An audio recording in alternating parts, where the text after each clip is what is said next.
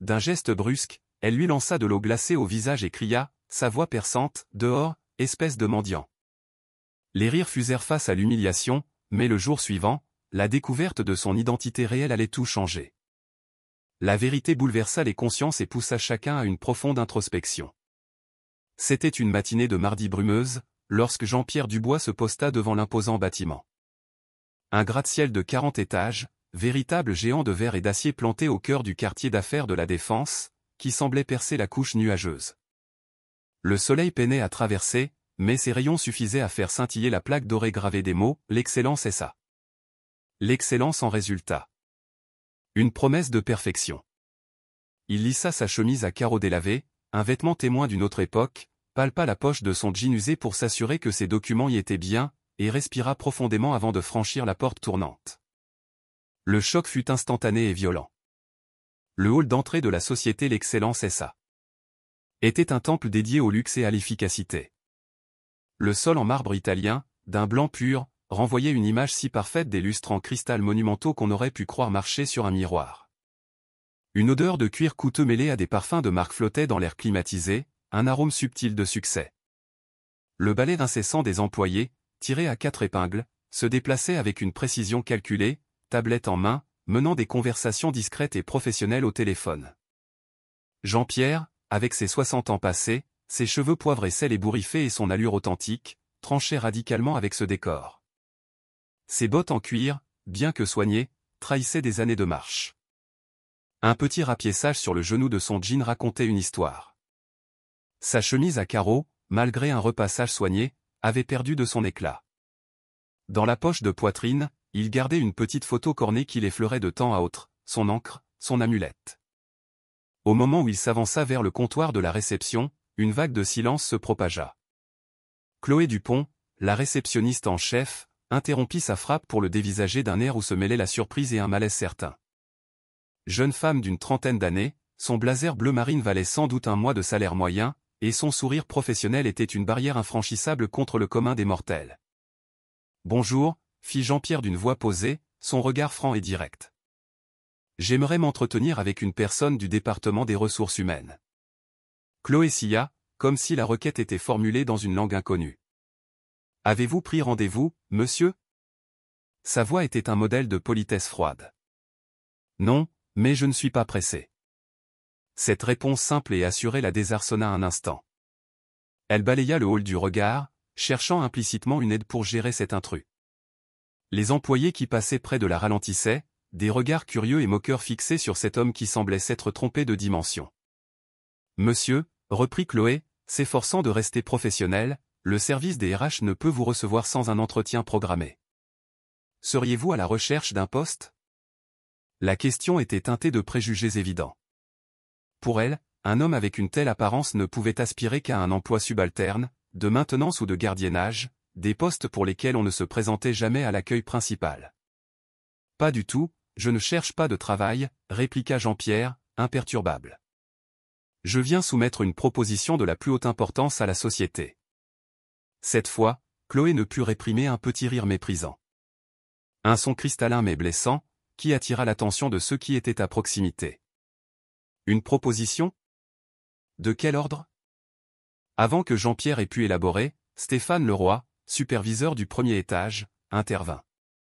La quarantaine élégante, costume gris bien coupé, chaussures italiennes au claquement étudié sur le marbre, il incarnait l'ambition dévorante, prêt à tout pour gravir les échelons. « Chloé, que se passe-t-il » demanda-t-il, ignorant superbement Jean-Pierre. « Ce monsieur affirme détenir une proposition pour l'Excellence S.A. » rapporta TL, son intonation transformant l'information en une farce. Stéphane se tourna enfin vers Jean-Pierre, son regard balayant l'homme de haut en bas, une calculatrice invisible dans les yeux évaluant sa valeur monétaire. « Monsieur, vous êtes sûr de ne pas vous être trompé d'adresse ? C'est l'Excellence S.A. Ici. Nous n'avons pas pour habitude de recevoir les vendeurs au porte-à-porte. » L'insulte était claire. Le cercle de curieux s'était agrandi, les chuchotements devenant plus audibles. Jean-Pierre sentit le poids de leur regard, mais sa posture ne fléchit pas. « Je conçois que mon apparence puisse dérouter, » admit-il avec une dignité qui détonnait avec le traitement qu'on lui infligeait. Néanmoins, mes intentions sont des plus sérieuses. Des intentions sérieuses? Ironisa Stéphane. Monsieur, notre chiffre d'affaires mensuel se compte en millions d'euros. Nos partenaires sont les fleurons de l'industrie. Quelle sorte d'intentions sérieuses? Que pourriez-vous bien avoir à nous proposer? La question, suspendue dans l'air, était une insulte en soi. Jean-Pierre extirpa de sa poche une liasse de papier plié. Ces documents attestent de mon lien avec votre société. Stéphane écarta l'offre d'un revers de main méprisant. Des papiers? De nos jours, tout s'imprime, monsieur. Cela n'a aucune valeur. C'est alors que l'ascenseur livra passage à Valérie Lefebvre, l'une des dirigeantes les plus impitoyables du groupe. Quarantenaire au tailleur hors de prix, escarpin de créateur martelant le sol, sa mallette en cuir était un symbole de son pouvoir. Valérie avait la réputation d'être une négociatrice féroce et une manager tyrannique. Elle s'immobilisa en voyant le rassemblement. Son regard se posa sur Jean-Pierre, chargé de dégoût et d'agacement. Qu'est-ce que c'est que cette histoire? Sa voix était un coup près. Madame Lefebvre, s'empressa de répondre Stéphane, ce monsieur s'est présenté en affirmant avoir une proposition pour nous. Valérie l'examina avec un mépris si intense qu'il en était presque palpable. Une proposition? Vêtue de la sorte? Dans nos locaux? En effet, confirma Jean-Pierre. J'ai des affaires importantes à régler avec la direction. Le rire de Valérie fut sonore et sans retenue, résonnant dans le vaste hall. La direction. Monsieur, savez-vous seulement où vous êtes? Nous ne sommes pas les services de l'aide sociale, nous sommes l'Excellence SA. D'autres employés, attirés par le bruit, vinrent grossir les rangs des spectateurs. Des secrétaires, des assistants, des cadres moyens, tous unis dans le même regard condescendant envers Jean-Pierre, cet anachronisme vivant au milieu de leur modernité parfaite. Il y a peut-être eu une méprise sur l'adresse, hasarda une secrétaire d'une voix faussement douce. À moins qu'il ne s'agisse d'une tentative d'escroquerie, ajouta un autre, suffisamment fort pour que tous entendent. Jean-Pierre demeurait impassible au cœur de la tourmente. Il toucha la photo dans sa poche. Il n'y a aucune méprise. Je sais pertinemment où je me trouve, et la raison de ma présence ici. Eh bien, exposez-la, le défia Valérie, bras croisés. Quelle est donc cette affaire si cruciale qui vous amène chez nous? Avant qu'il ne puisse ouvrir la bouche, Philippe Garcia, le chef de la sécurité, fit son apparition. Un colosse dont l'uniforme renforçait l'aura d'autorité. Sa mission était de préserver l'image de marque de la société, par tous les moyens nécessaires. Madame Lefebvre, dois-je intervenir? Demanda-t-il, son offre étant une menace à peine voilée d'expulsion. Un instant, Philippe. J'avoue être intrigué. Écoutons donc la proposition miraculeuse de notre visiteur. Le sarcasme était son arme de prédilection. Jean-Pierre comprit qu'il était devenu une attraction, un divertissement pour ces gens blasés. Pourtant, son regard ne trahissait aucune colère, aucune honte. Seulement une tristesse infinie, la déception de voir ses craintes se confirmer. Ma proposition, commença-t-il d'une voix égale, porte sur les valeurs que votre société prétend incarner.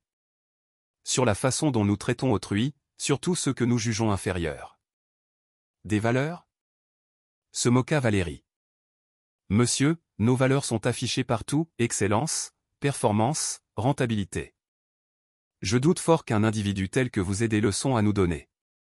Un individu tel que moi. Répéta-t-il.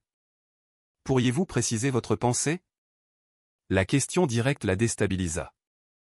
La classification était évidente, mais l'exprimer à haute voix revenait à admettre un préjugé flagrant. Disons que vous ne correspondez pas au profil de cet environnement, esquiva-t-elle.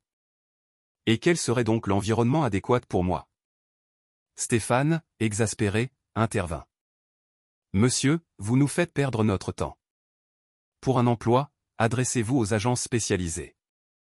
Pour du démarchage, allez voir ailleurs. Cet endroit n'est pas fait pour.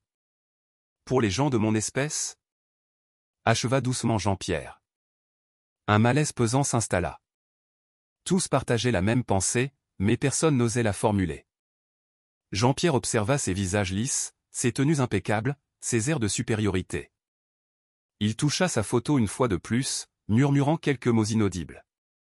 Puis, Fixant Valérie droit dans les yeux, « Je suis ici pour un test de la plus haute importance », déclara-t-il. Le ton de sa voix avait changé, et quelques ricanements cessèrent. « C'est la promesse que j'ai faite à une personne qui m'était très chère. »« Un test ? Lequel ?» demanda Chloé, sa curiosité l'emportant sur sa méfiance. Jean-Pierre eut un premier sourire. Un sourire empreint de mélancolie, celui de quelqu'un qui affronte une vérité amère. Celui de savoir si l'humanité survit dans le cœur des nantis, répondit-il. Si la réussite n'a pas anéanti toute capacité à reconnaître la valeur de son prochain. En scrutant les visages autour de lui, il sut que le test ne faisait que commencer. Les jours à venir allaient révéler bien plus qu'il ne l'imaginait, et changeraient à jamais le destin de chaque personne présente dans ce hall doré. La photo dans sa poche semblait une lourde charge, porteuse de l'espoir d'une âme disparue qui se demandait si la bonté avait encore sa place en ce monde. Lorsque Jean-Pierre réapparut à l'accueil de l'Excellence SA. Le lendemain matin, Chloé manqua d'étouffer avec son café. Elle battit des paupières, incrédule. Un coup d'œil à l'horloge confirma ses craintes, 8h15, comme la veille. C'est une plaisanterie, souffla-t-elle en attrapant la ligne interne. Jean-Pierre s'approcha, calme comme à son habitude. Même tenue, même chaussures usées, mais son regard avait changé. Une nouvelle détermination y brillait, le fruit d'une nuit de réflexion. « Bonjour, Chloé, dit-il. Le fait qu'il connaisse son nom la plongea dans un trouble plus grand encore. « Monsieur. Mais. Que faites-vous ici, encore ? Je viens poursuivre notre entretien. Je dois toujours m'adresser à la direction. » Chloé pianotait déjà sur son téléphone. « Stéphane, il est de retour. » « Oui, l'homme d'hier. Il est là. » La réponse de Stéphane fut une bordée d'injures que Jean-Pierre choisit d'ignorer. Moins de 3 minutes plus tard, le superviseur déboula dans le hall, flanqué de 2 autres cadres, une véritable escouade pour mettre fin à cette situation embarrassante. « Monsieur » commença Stéphane, le visage fermé. « Que se passe-t-il ? Pourquoi cette insistance ? » « Parce que ma mission ici n'est pas encore terminée, » répondit Jean-Pierre avec une simplicité exaspérante. L'un des renforts était Nicolas Moreau, directeur commercial, un quinquagénaire connu pour sa brutalité en affaires. L'autre, Léo Bernard, directeur des opérations, était le « nettoyeur » de l'entreprise, celui qui réglait les problèmes sans état d'âme. « Stéphane m'a exposé la situation » dit Nicolas en jaugeant Jean-Pierre comme une nuisance à éradiquer. « Allons droit au but. Que attendez-vous de nous ? Je souhaite vous présenter une proposition qui pourrait transformer cette société, affirma Jean-Pierre. La conviction dans sa voix laissa les 3 hommes pantois. Léo éclata d'un rire bref et sec. Transformer l'Excellence SA. Monsieur, nous brassons plus de 500 millions d'euros par an. Nous travaillons avec les plus grandes multinationales du pays. Quelle sorte de transformation un homme comme vous pourrait bien nous apporter ? L'expression « un homme comme vous » était si chargée de mépris que Chloé elle-même en fut gênée. Jean-Pierre accusa le coup sans ciller. Une transformation des valeurs humaines, précisa-t-il. De la manière dont nous percevons et traitons ceux que nous estimons différents. Les valeurs humaines ? Répéta Nicolas, comme si le terme était une incongruité. Monsieur, nos valeurs sont le résultat, la productivité, le profit. Nous n'avons pas de temps à perdre avec votre philosophie à 2 balles. À cet instant, l'ascenseur s'ouvrit sur Valérie, sortant telle une furie tirée à 4 épingles. En apercevant Jean-Pierre, son expression passa de la surprise à une colère froide. Il n'abandonne donc jamais, lâcha-t-elle en s'approchant à grands pas. Que fait-il encore là ? Il tente de nous vendre sa proposition miraculeuse, ironisa Léo. Valérie le toisa une nouvelle fois, son seuil de tolérance manifestement atteint. Monsieur, soyons clairs. Hier, nous avons toléré votre présence par simple courtoisie. Aujourd'hui, vous nous dérangez. Demain, si vous revenez, nous considérerons cela comme une intrusion. Je n'intrigue personne, répondit placidement Jean-Pierre. J'use de mon droit de m'adresser aux représentants de cette société. Votre droit ? S'esclaffa Valérie. Quel droit ? Vous n'êtes ni client, ni fournisseur. Vous n'êtes rien pour cette entreprise. La sentence, brutale, résonna dans le hall. Les employés de passage s'arrêtaient pour assister au spectacle. Certains dégainaient leur smartphone, prêts à immortaliser la scène pour les réseaux sociaux. « Qu'est-ce qui vous rend si sûr que je ne suis rien pour cette société ?» demanda Jean-Pierre, et l'intonation de sa question fit froncer les sourcils de Stéphane. « C'est une évidence, intervint Nicolas. Regardez-vous. Les apparences sont souvent trompeuses, rétorqua Jean-Pierre, sortant à nouveau ses papiers froissés. Surtout pour ceux qui jugent un livre à sa couverture plutôt que d'en lire le contenu. Léo désigna les documents d'un geste dédaigneux. On vous a déjà dit hier que ces papiers ne prouvent rien. Soit. Prouvons-le autrement. La voix de Jean-Pierre gagna en fermeté.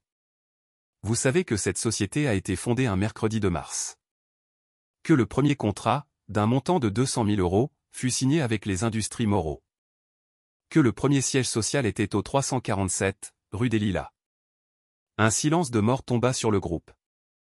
Stéphane sentit une sueur froide perler sur son front. Nicolas ouvrit la bouche, mais aucun son n'en sortit. Le visage de Léo vira au blanc cireux. Comment savez-vous tout ça? Balbutia Stéphane. Je sais bien des choses sur cette société, poursuivit Jean-Pierre, son regard balayant chacun de ses interlocuteurs.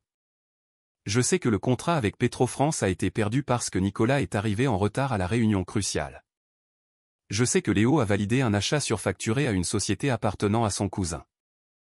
Et je sais que Valérie a renvoyé sa secrétaire, Léa Fournier, après qu'elle ait découvert des irrégularités dans le paiement de ses heures supplémentaires. Chaque phrase était un coup de poignard. Les détails étaient trop précis pour être inventés. Nicolas transpirait abondamment. Léo cherchait désespérément une issue du regard. Valérie était pétrifiée, le masque de l'arrogance fissuré. « Où avez-vous obtenu ces informations ?» demanda-t-elle, sa voix ayant perdu toute assurance. « Il se passe bien des choses dans cette entreprise que vous croyez secrète, répondit énigmatiquement Jean-Pierre. Des conversations que vous pensez privées. Des décisions que vous imaginez sans conséquence. » Stéphane tenta de reprendre la main. S'agit-il de menaces? Aucunement. C'est un simple constat. J'en sais plus sur cette société que vous ne le pensez. C'est du chantage, l'accusa Nicolas, la voix mal assurée. Le chantage impliquerait que je demande une contrepartie, rectifia calmement Jean-Pierre. Tout ce que je demande, c'est d'être écouté avec respect. Valérie essaya de se ressaisir, mais sa voix manquait de conviction. Même si vous détenez ces informations, cela ne change rien. Vous n'avez pas votre place ici. Et qui en décide? Rétorqua Jean-Pierre, son regard les défiant un à un. Vous? Sur quels critères? Le prix de mes habits, ma coiffure, la marque de mes chaussures? La question resta sans réponse, car y répondre revenait à avouer leur snobisme. Monsieur, tenta une dernière fois Léo, peu importe comment vous avez eu ces informations, nous sommes une entreprise sérieuse, avec des protocoles, une hiérarchie. Et où sont ces protocoles quand il s'agit de traiter un être humain avec dignité? Le coupa Jean-Pierre. Où est la hiérarchie dans l'humanité la plus élémentaire? À cet instant, une jeune employée s'arrêta. C'était Manon Petit, assistante administrative, l'une des rares à ne pas être encore totalement blasée par la culture d'entreprise. Son regard allait de Jean-Pierre au cadre, visiblement choqué. « Pardonnez-moi, dit-elle timidement, mais je trouve votre façon de vous adresser à ce monsieur profondément impoli. » Valérie se tourna vers elle, furieuse. « Manon, mêlez-vous de ceux qui vous regardent. Retournez à votre bureau. » « Cela me regarde quand je suis témoin d'une humiliation sur mon lieu de travail, » répliqua la jeune femme, étonnée de son propre courage. « Une humiliation ?» ricana Nicolas. « Nous essayons simplement de maintenir l'ordre. » « Quel ordre ?» insista Manon. « Celui qui stipule que seuls les gens en costume méritent le respect ?» Jean-Pierre lui adressa un regard reconnaissant. Enfin, une lueur d'humanité. « Merci, Manon, dit-il. » Le fait qu'il connaisse son nom l'a surpris également. « Manon, siffla Valérie d'une voix glaciale, je vous conseille de revoir votre attitude si vous tenez à votre poste. » La menace, directe et brutale, fit pâlir Manon, mais elle tint bon. Jean-Pierre s'approcha et lui glissa à l'oreille, « Le courage est une denrée rare ici. Votre mère peut être fière de vous. » Manon écarquilla les yeux. Comment savait-il pour sa mère? Jean-Pierre se retourna une dernière fois vers les cadres. Je serai là demain. Et les jours suivants. Jusqu'à ce que vous m'accordiez le respect dû à tout être humain. Mais pourquoi? Demanda Stéphane, sincèrement perplexe. Pourquoi une telle obstination? Jean-Pierre toucha la photo dans sa poche, ses yeux s'embrouillant de tristesse. J'ai promis à une personne exceptionnelle de vérifier si la bonté existait encore dans le cœur des hommes. Et pour l'instant. Son regard balaya l'assemblée, ce que je découvre l'aurait profondément peiné. Qui? Demanda Valérie, une pointe de curiosité dans la voix. Jean-Pierre ne répondit pas. Il esquissa le même sourire triste que la veille et tourna les talons. Avant de franchir la porte, il se retourna. Vous ignorez bien des choses sur cette entreprise, dit-il, ces mots chargés d'un mystère qui glaça l'assistance. Et vous ignorez tout de moi.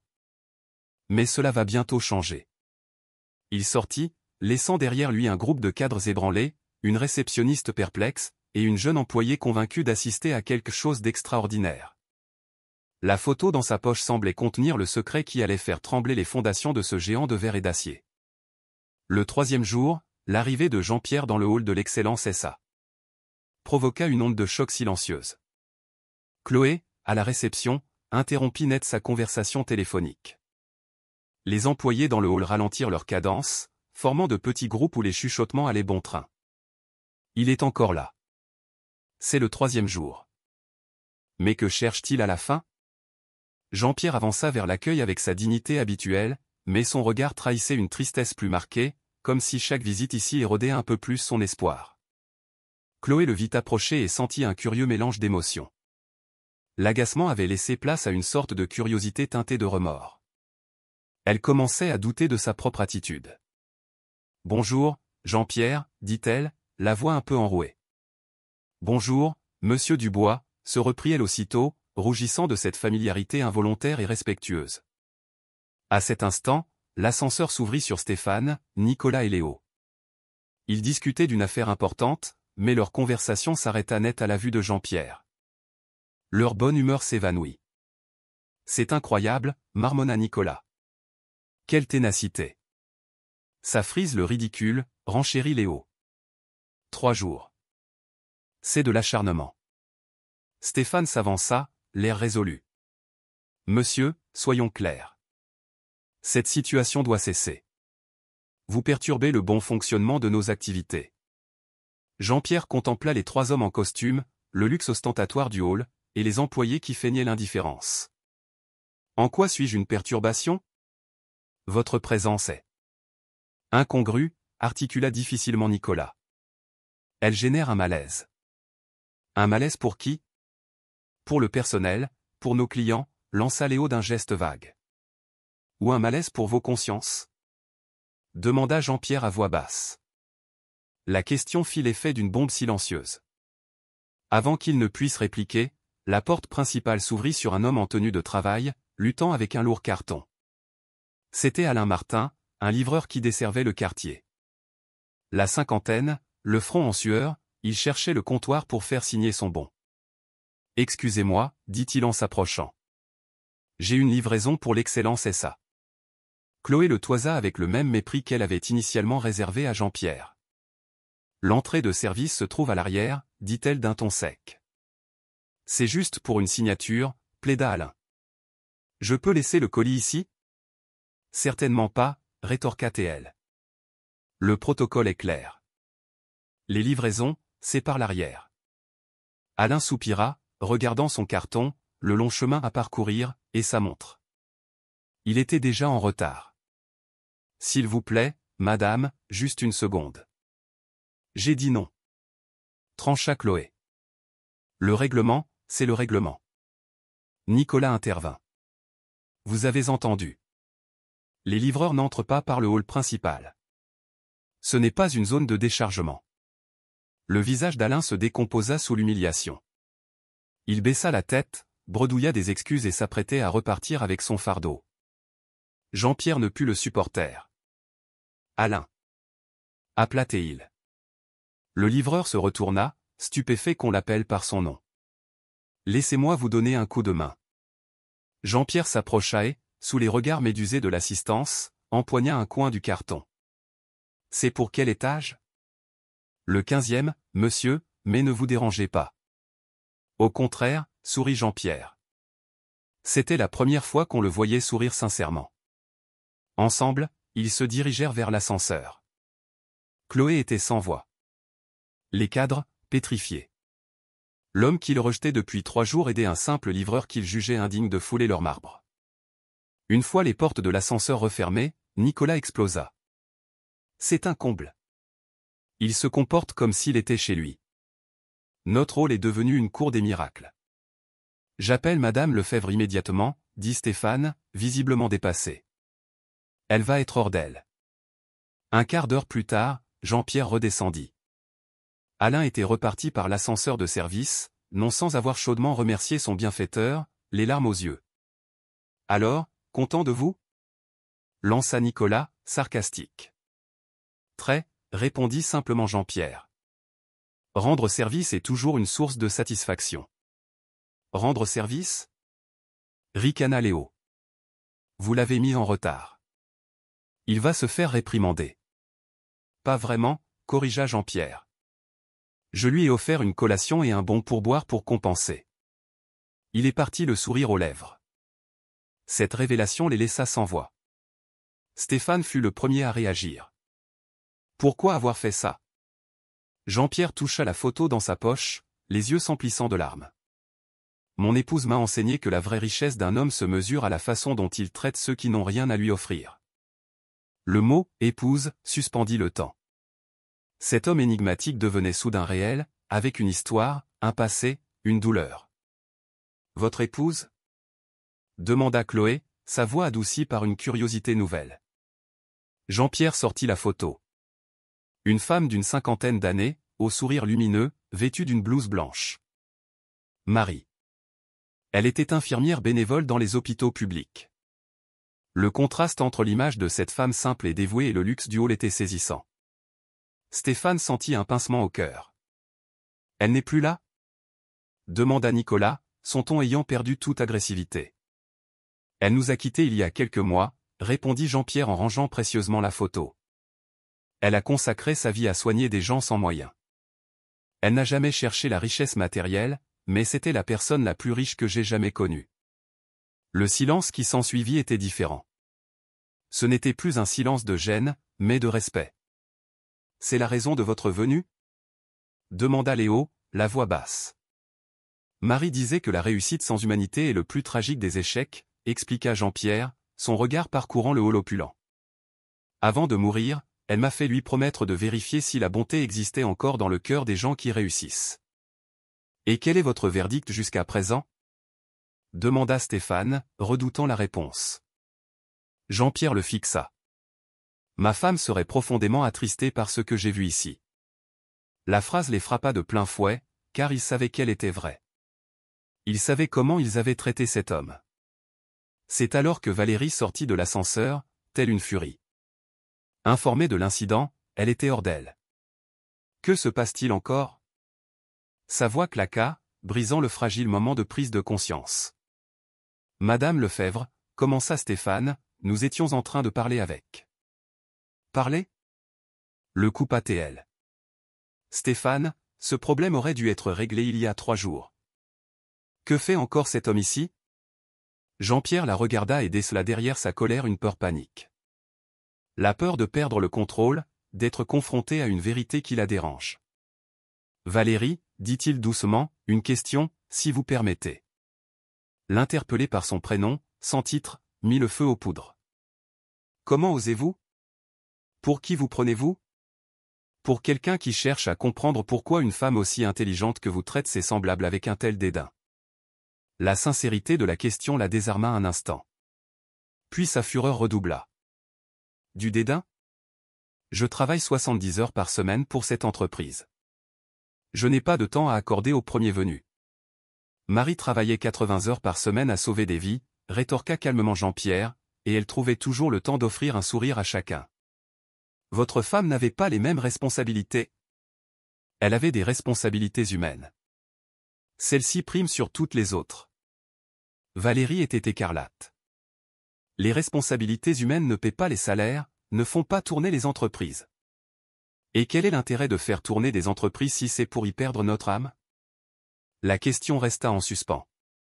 Valérie vit les regards tournés vers elle, les employés qui s'arrêtaient, Manon qui s'approchait, des clients qui écoutaient.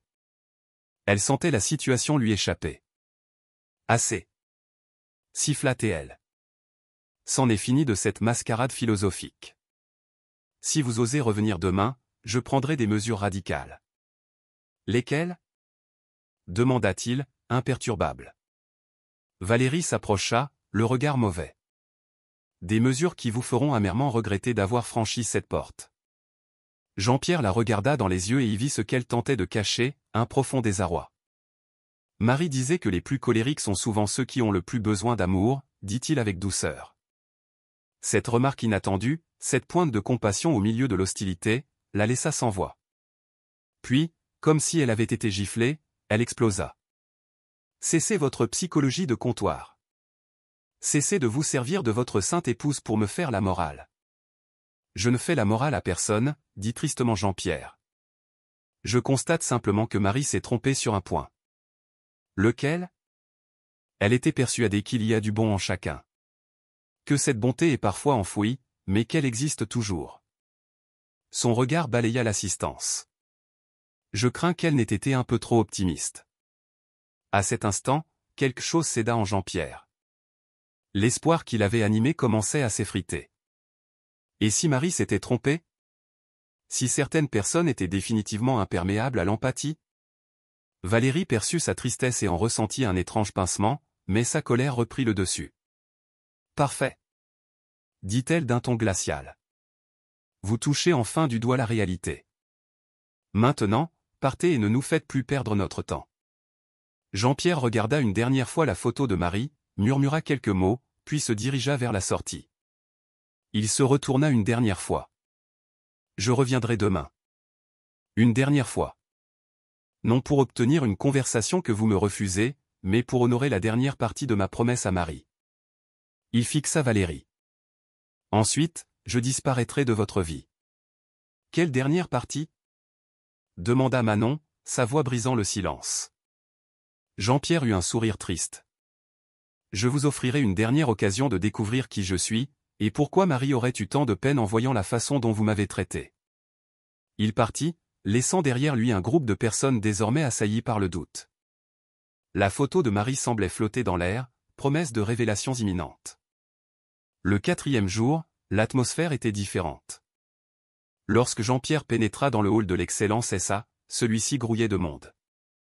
Une importante réunion de partenariat était en cours, et le lieu était rempli de clients de haut rang. Le décalage entre son apparence et l'élégance ambiante n'avait jamais été aussi saisissant. Chloé, en le voyant, prévint immédiatement Stéphane. Son attitude avait changé, Jean-Pierre n'était plus une nuisance, mais une énigme qui la troublait. Il est là, dit-elle au téléphone. Et le hall est plein de monde important aujourd'hui. Jean-Pierre s'approcha du comptoir mais, cette fois, resta silencieux, observant la scène. Son regard analysait chaque visage, chaque geste, comme pour un bilan final. Monsieur Dubois, commença Chloé, hésitante. Aujourd'hui n'est peut-être pas le jour idéal. Il y a une très grosse réunion. Il la regarda avec ses yeux lasses, où se lisait une immense déception. Je sais. C'est précisément pour cela que j'ai choisi ce jour. Avant qu'elle ne puisse l'interroger, Stéphane, Nicolas et Léo arrivèrent, visiblement tendus par la présence de Jean-Pierre en ce jour crucial. Monsieur, murmura Stéphane, aujourd'hui, c'est impossible. Nous avons des clients stratégiques. Je vous en prie, comprenez. Oh, je comprends parfaitement, répondit calmement Jean-Pierre. Votre image a toujours primé sur ma dignité. La remarque les toucha. Nicolas jeta un regard nerveux autour de lui, remarquant que certains clients commençaient à prêter attention. Monsieur, ne soyons pas désagréables, chuchota Léo. Mais votre présence aujourd'hui risque de compromettre des contrats importants. Si ma présence vous dérange depuis 4 jours, déclara Jean-Pierre, sa voix basse mais chargée d'une autorité nouvelle, aujourd'hui, vous allez comprendre pourquoi.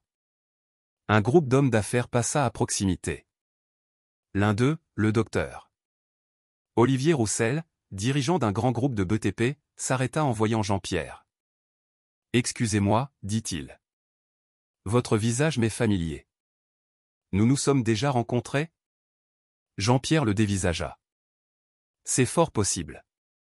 Je suis dans le monde des affaires depuis longtemps. » Stéphane faillit s'étrangler. Nicolas et Léo échangèrent un regard effaré. L'homme qu'il prenait pour un indigent se disait du sérail. « Dans quel secteur, si ce n'est pas indiscret ?» demanda le docteur. Roussel, curieux. « Création et gestion d'entreprise, » répondit simplement Jean-Pierre. Un silence de plomb s'abattit. Stéphane sentit le sol se dérober sous ses pieds. Nicolas se mit à transpirer. Léo devint livide. « Fascinant, » poursuivit le docteur. Roussel.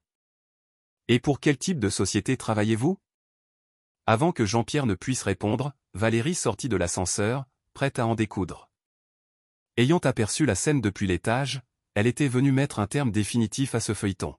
« Que se passe-t-il » demanda-t-elle, s'efforçant de rester professionnelle devant le client. « Madame Lefebvre, » dit le docteur. Roussel.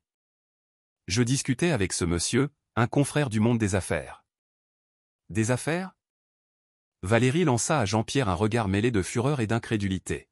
« Docteur. Roussel, cet homme n'a rien d'un homme d'affaires. C'est un individu qui perturbe notre société depuis plusieurs jours. » « Il vous perturbe ? De quelle manière » demanda l'homme d'affaires, perplexe. Valérie comprit qu'elle était piégée. Impossible de détailler le traitement infligé à Jean-Pierre devant un client si important. C'est une affaire interne, éluda-t-elle.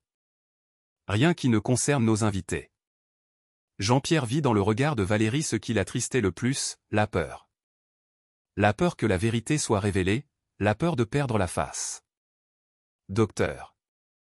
Roussel, dit-il calmement, vous devriez retourner à votre réunion. Je ne voudrais pas être une source d'embarras. D'embarras ? Répéta le docteur. Roussel, de plus en plus confus. Quel embarras ? La question resta sans réponse. Valérie sentit la situation lui échapper, et ses nerfs lâchèrent. Assez. Cria-t-elle, sa voix montant d'une octave. Assez de cette comédie. 4 jours que je supporte cette mascarade. Le docteur. Roussel recula, stupéfait par cette explosion de colère. Les autres clients, les employés, tous s'étaient tus. Valérie, dit doucement Jean-Pierre. Vous perdez votre calme devant des personnes importantes. Mon calme ? Ricana-t-elle, hystérique. C'est vous qui avez perdu la raison. 4 jours à jouer un rôle. Je n'ai jamais joué de rôle, répondit tristement Jean-Pierre. C'est vous qui avez projeté sur moi une identité sans même me consulter. Parce que votre identité est une évidence. Hurla-t-elle, hors d'elle. Regardez votre tenue. Regardez où vous êtes. Vous n'avez rien à faire ici.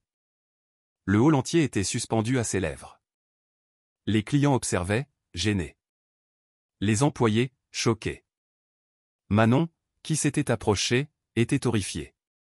Madame Lefebvre, je vous en prie. Tenta-t-elle. Tais-toi, Manon. Vociféra Valérie. Ce ne sont pas tes affaires. Le docteur. Roussel était atterré. Madame Lefebvre, je vous suggère de vous ressaisir. Me ressaisir ? Se tourna-t-elle vers lui, les yeux fous de rage. Je ne me ressaisirai pas tant que cet homme souillera nos locaux de sa présence. Jean-Pierre contempla l'audience. La gêne des clients, le choc des employés, le désespoir des cadres qui voyaient la catastrophe arriver. Marie, murmura-t-il en touchant la photo. Pardonne-moi, je n'ai pas trouvé la bonté que tu voyais partout. Valérie entendit son murmure. Ce fut l'étincelle. Elle avisa un seau d'eau, laissé là par l'équipe de nettoyage. Sans réfléchir, mue par une pulsion irrépressible, elle s'en saisit. « Vous savez quoi » cria-t-elle. « Puisque vous vous plaisez tant ici, restez-y. » Et dans un accès de fureur qui la dépassait elle-même, elle lui vida le seau d'eau glacée sur la tête. Le bruit de l'eau s'écrasant sur le sol fut assourdissant dans le silence de mort qui s'était installé. Jean-Pierre resta immobile, trempé, l'eau ruisselant de ses cheveux, de sa chemise, formant une flaque à ses pieds. La stupeur était générale. Le docteur Roussel était bouche bée. Manon suffoquait d'horreur. Stéphane, Nicolas et Léo comprirent que leur carrière venait de s'achever. Pendant un long moment, le seul son fut le goutte-à-goutte de l'eau sur le marbre. Puis, lentement, Jean-Pierre sortit un mouchoir et commença à s'éponger le visage. Ses gestes étaient lents, empreints d'une dignité que l'affront ne semblait pas avoir atteinte. « Merci », dit-il à Valérie. Un petit rafraîchissement était le bienvenu. Sa réponse, si calme, si digne, fut plus violente qu'une gifle pour tous les témoins de la scène. Valérie, le seau vide à la main, prit conscience de l'énormité de son acte, commis devant clients et employés. Mon épouse, Marie, poursuivit Jean-Pierre, disait toujours que quand une personne perd ainsi le contrôle, c'est qu'elle est rongée par la peur. De quoi avez-vous si peur, Valérie? Cette question, posée avec une telle douceur après une telle agression, l'anéantit. Valérie se mit à trembler, comprenant qu'elle avait franchi un point de non-retour. Le docteur Roussel s'approcha de Jean-Pierre et lui tendit son blazer. « Monsieur, prenez, pour vous sécher. »« C'est très aimable à vous, » accepta Jean-Pierre. « C'est la moindre des choses, » répondit l'homme d'affaires, fusillant Valérie du regard. « Je n'ai jamais assisté à une scène aussi déplorable. » Manon s'approcha aussi, lui tendant des mouchoirs. « Monsieur Dubois, je suis navré. » C'était révélateur, acheva-t-il en regardant autour de lui. Marie avait raison. C'est sous la pression que les gens révèlent leur vraie nature. Stéphane tenta de sauver les meubles. Monsieur, nos plus plates excuses. Madame Lefebvre traverse une période difficile. Non, le coupa Jean-Pierre, sa voix soudain chargée d'une autorité sans appel. Je n'accepte pas d'excuses. J'accepte uniquement la vérité. Quelle vérité? Demanda Nicolas, la voix blanche. Jean-Pierre les regarda tous. Valérie, tremblante. Les cadres, livides. Les employés, stupéfaits. Les clients, outrés. La vérité sur mon identité, dit-il, et sa voix capta l'attention de tous. La vérité sur la promesse que j'ai faite à Marie. Et la vérité sur ce qui va maintenant vous arriver. Le docteur Roussel fronça les sourcils. Monsieur, puis-je connaître votre nom complet? Jean-Pierre sourit pour la première fois. Un sourire qui n'était plus triste, mais annonciateur d'une tempête. Jean-Pierre Dubois, dit-il lentement. Jean-Pierre Dubois, fondateur et propriétaire de l'Excellence SA. Le silence qui suivit fut absolu. C'était le silence d'un monde qui bascule, de certitudes qui volent en éclats, de la prise de conscience d'une erreur fatale. Valérie laissa choir le seau, dont le bruit métallique résonna comme un coup de marteau de juge. L'eau continuait de goûter des vêtements de Jean-Pierre, mais chaque goutte semblait désormais peser le poids d'une vérité qui allait tout changer. Le nom de Jean-Pierre Dubois se propagea dans le hall de l'Excellence SA. Comme une onde de choc. Pendant un instant, l'information parut si absurde que les esprits refusèrent de l'intégrer. Valérie fut la première à réagir, de manière presque grotesque.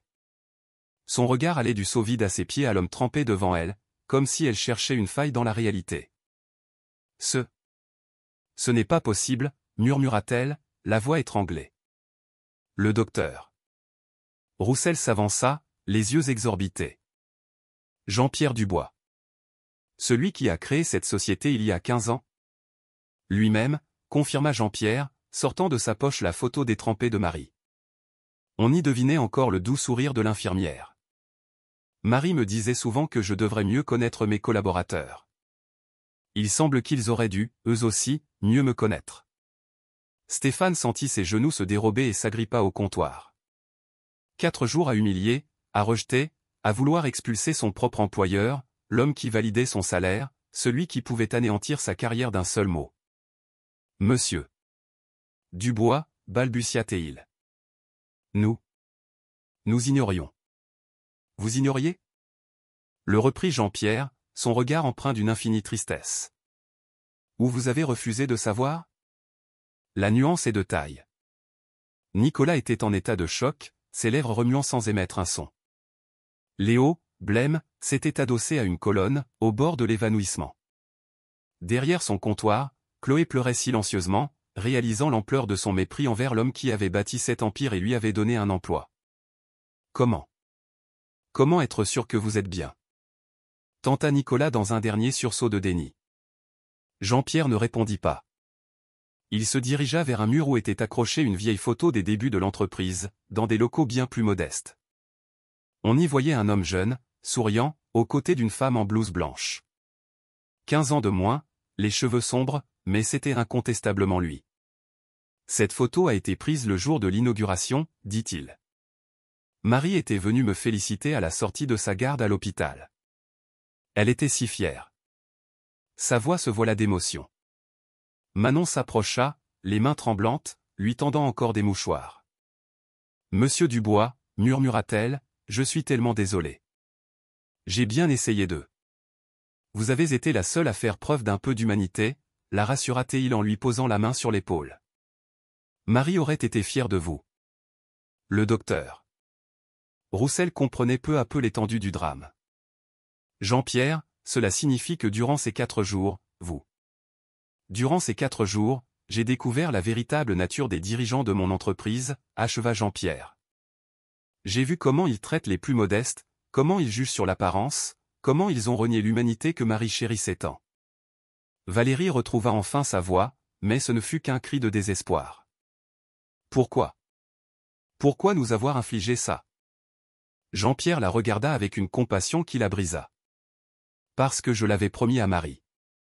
Avant de mourir, je lui ai promis de vérifier si les valeurs sur lesquelles nous avions fondé cette société étaient toujours vivantes. Si les personnes à qui nous avions confié les rênes se souvenaient encore de traiter chaque être humain avec dignité. Quelle était cette promesse?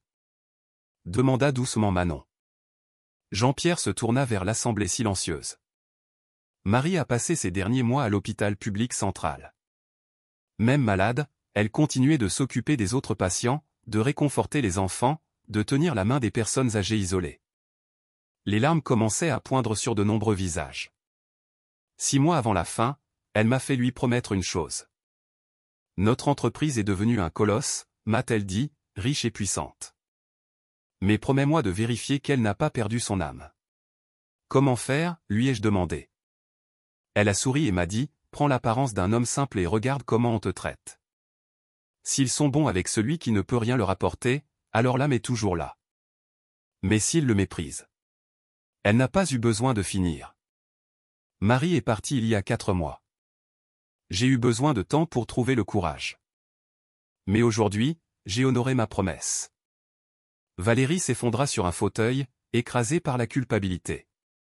Et nous? Nous avons échoué. De la manière la plus spectaculaire qui soit, confirma Jean-Pierre, sans colère, juste avec une immense tristesse. Marie croyait qu'il y avait du bon en chacun. Que cette bonté était parfois masquée par la peur, l'orgueil, le stress, mais qu'elle était toujours là, quelque part. Et maintenant? Demanda Stéphane, la voix brisée. Que va-t-il se passer? Jean-Pierre observa les visages défaits, les larmes, le remords qui commençait à poindre. Marie m'a fait faire une seconde promesse. Que si les gens échouaient, je devrais leur offrir une seconde chance. Car, disait-elle, les secondes chances sont le propre de l'humanité. Un éclair d'espoir traversa le regard de Nicolas. Une seconde chance? Mais, reprit Jean-Pierre, une seconde chance, ça se mérite. Elle doit être le fruit d'un repentir sincère, d'un changement profond, d'un engagement réel envers des valeurs humaines. Léo s'avança, blême mais résolu. Monsieur Dubois, que devons-nous faire? D'abord, dit Jean-Pierre, son regard se posant sur Valérie, vous devez comprendre que votre offense n'était pas que personnelle. C'était une offense aux valeurs fondatrices de cette entreprise, celles de Marie et les miennes. Valérie se releva, les larmes coulant sans retenue. Monsieur Dubois, Les mots me manquent. Vous jetez de l'eau. Mon Dieu, qu'ai-je fait? Vous avez perdu le contrôle, dit-il doucement. Cela nous arrive à tous. L'important est ce que l'on fait après. Je vais changer, dit-elle avec une énergie désespérée. Radicalement. Je le jure sur la mémoire de Madame Marie. Manon intervint. Monsieur Dubois, parlez-nous de Madame Marie. Comment était-elle? Le visage de Jean-Pierre s'éclaira. Marie, c'était la lumière.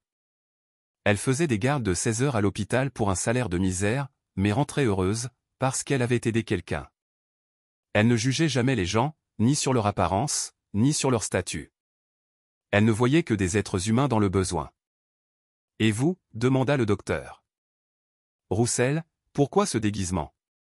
Pourquoi ne pas avoir révélé votre identité d'emblée? Parce que Marie m'a appris que la vraie nature des gens se révèle quand ils se croient à l'abri des conséquences. C'est en traitant bien celui dont ils n'attendent rien qu'ils montrent leur véritable valeur. Stéphane s'approcha, la honte sur le visage. Monsieur Dubois, pendant 4 jours, je vous ai traité comme un moins que rien. Comme si je n'étais pas humain, compléta Jean-Pierre sans animosité. Vous tous. Et le plus triste, ce n'est pas le manque de respect à mon égard. Qu'est-ce que c'est, alors? Demandèrent plusieurs personnes. C'est de réaliser que si vous traitez ainsi un inconnu que vous jugez humble, vous devez traiter de la même manière bien d'autres personnes au quotidien. Le personnel de nettoyage, les livreurs, les agents de sécurité. Cette vérité les frappa comme une évidence douloureuse. Jean-Pierre sortit un document de son pantalon trempé. Ceci est le testament d'entreprise que Marie m'a aidé à rédiger. Il scelle le destin de l'Excellence SA, en fonction du résultat de mon test. La panique se lut de nouveau sur les visages. Nicolas, Léo et Stéphane s'attendaient au pire. Mais, ajouta Jean-Pierre, Marie m'a fait inclure un addendum. Un plan de sauvetage, au cas où je décèlerais un repentir sincère et une réelle volonté de changer. Quel plan? Demanda Valérie, la voix étranglée par l'espoir. Jean-Pierre sourit. Le plan pour faire de l'Excellence SA. La première entreprise véritablement humaine de ce pays. Un lieu où chacun, du PDG au technicien de surface, sera traité avec la même dignité. Où les valeurs de Marie seront le socle de chaque décision. Et nous? Pourrons-nous y participer? Demanda Manon, les yeux brillants. Cela ne dépend que de vous, répondit Jean-Pierre en les regardant un à un. De votre capacité à prouver que vous avez changé, pour de bon.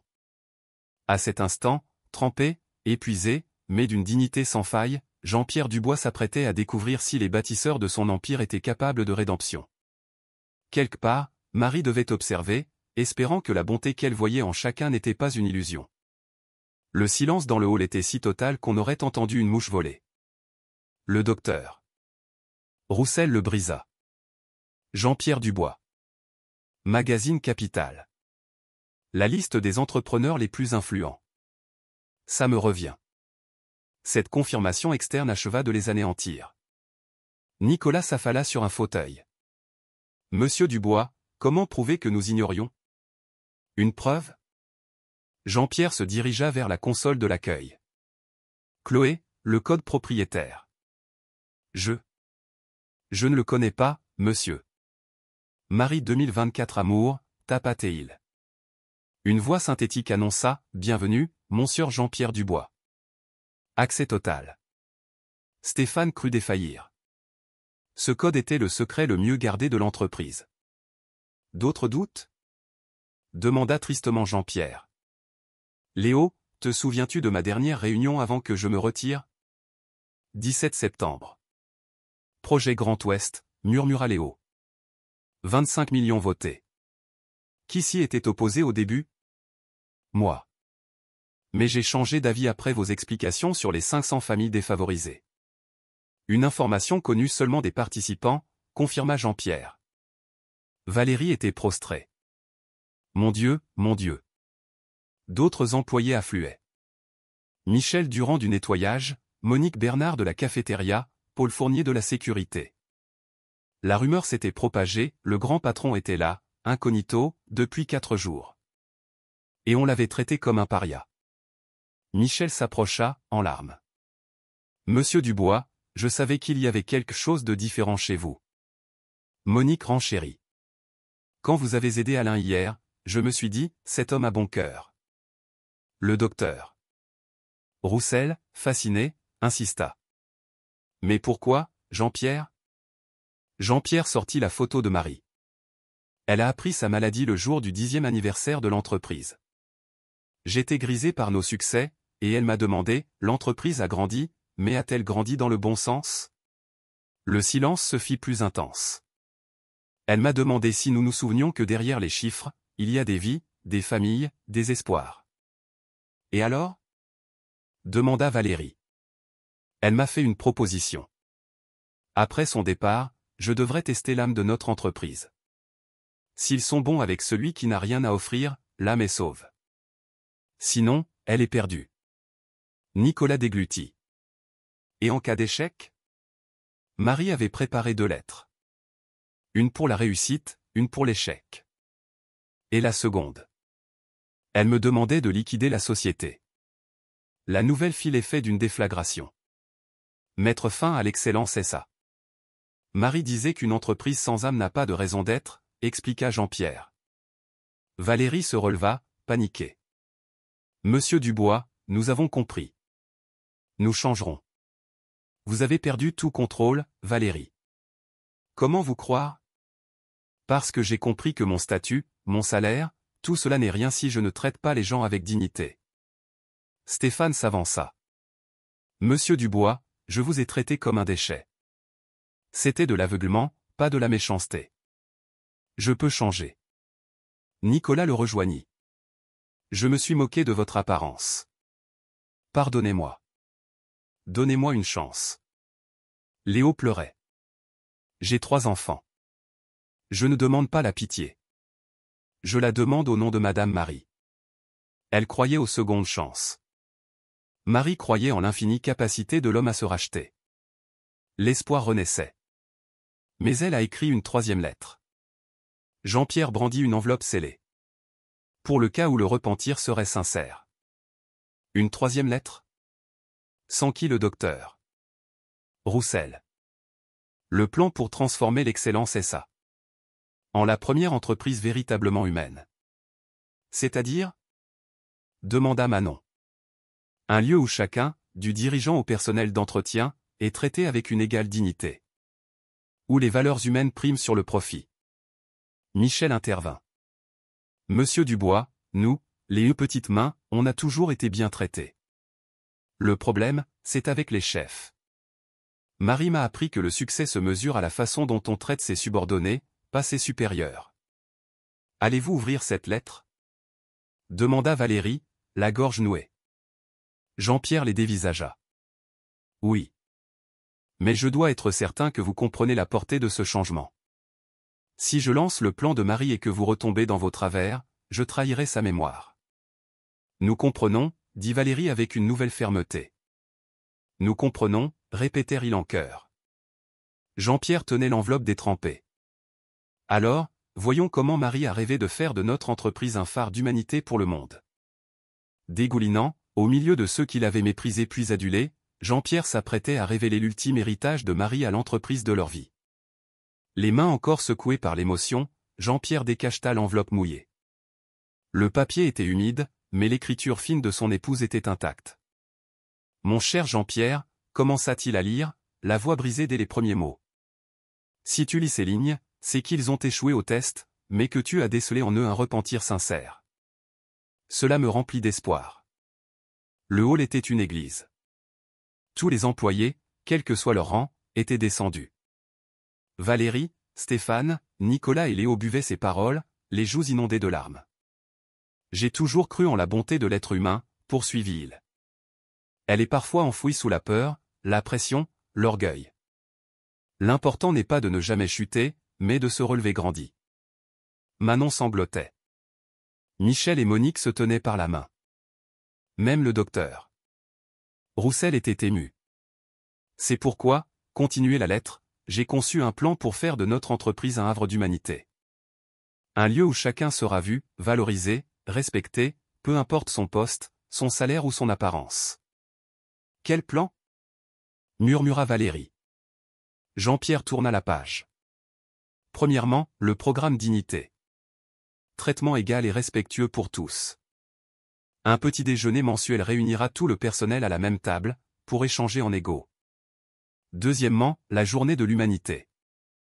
Une fois par mois, chaque cadre occupera un poste de base, nettoyage, livraison, accueil.